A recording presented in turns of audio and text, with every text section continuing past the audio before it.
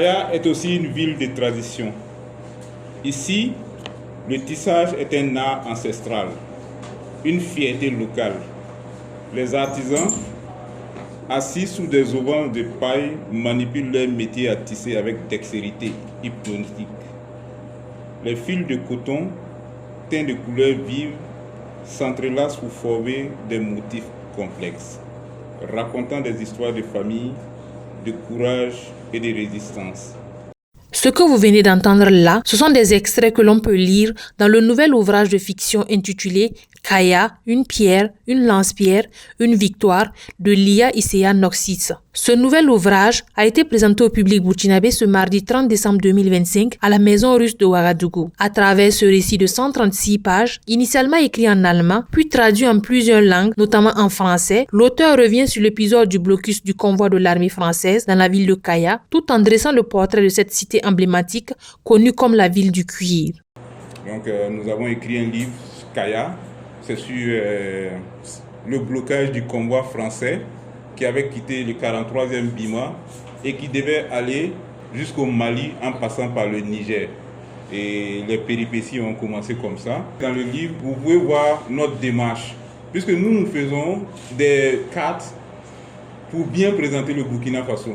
Et quand on lit Kaya, c'est comme si on faisait la publicité de Kaya.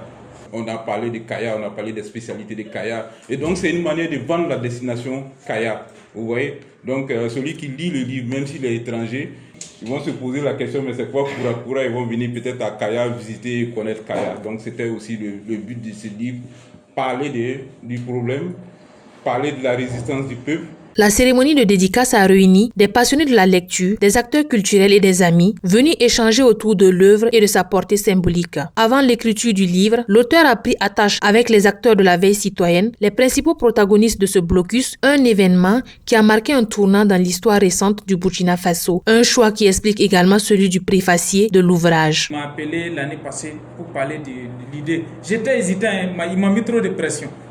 Parce que j'étais là, j'imaginais, je ne savais pas comment ça va se passer. Après, il m'a dit, mais attends, donc tout ce boulot que vous avez fait là, vous allez laisser l'histoire là mourir comme ça? Voilà, mais en tant qu'acteur qui a participé, ce que moi j'ai vu, bon, on va juste témoigner, même si on ne va pas tout dire, mais on va résumer un peu ce qu'on a fait.